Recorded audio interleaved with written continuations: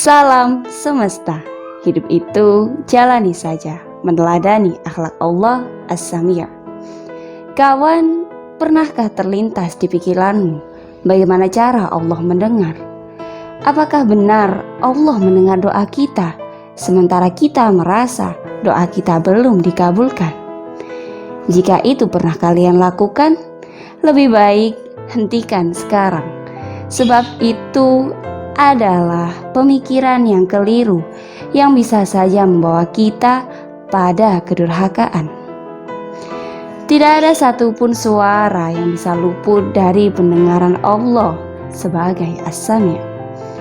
Allah mendengar setiap pujian yang ditujukan kepadanya, mendengar setiap keluh kesah mereka yang menghibah di hadapannya, mendengar pinta yang dipanjatkan oleh hambanya. Untuk Allah kabulkan dan Allah berikan sesuai dengan kehendaknya, bukan kehendak kita.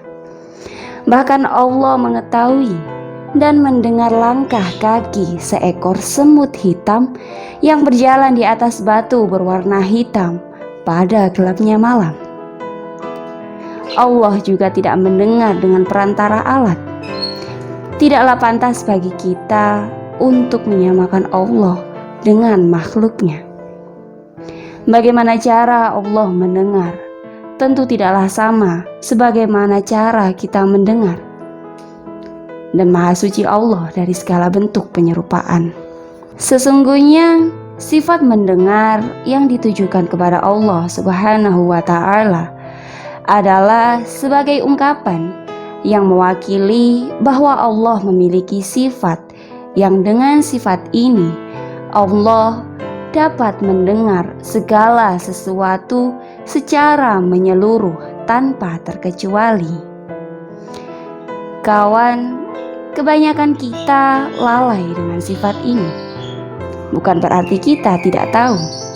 Sebagai orang yang beragama, kita tahu.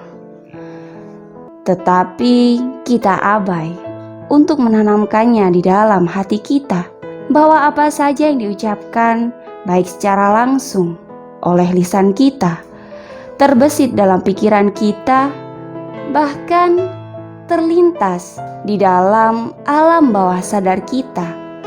Allah mendengar semuanya.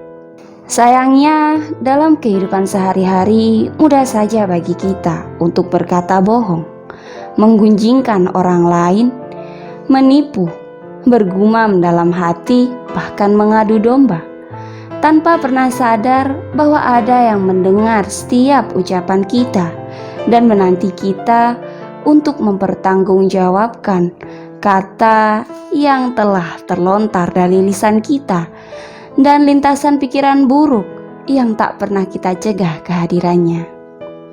Seharusnya jika kita tahu nama ini, kita akan benar-benar menjaga hati, pikiran, dan lisan kita agar ketiganya tak mengeluarkan sedikit pun ucapan atau lintasan yang dapat membahayakan kita, baik dalam kehidupan dunia, terlebih dalam kehidupan akhirat kita.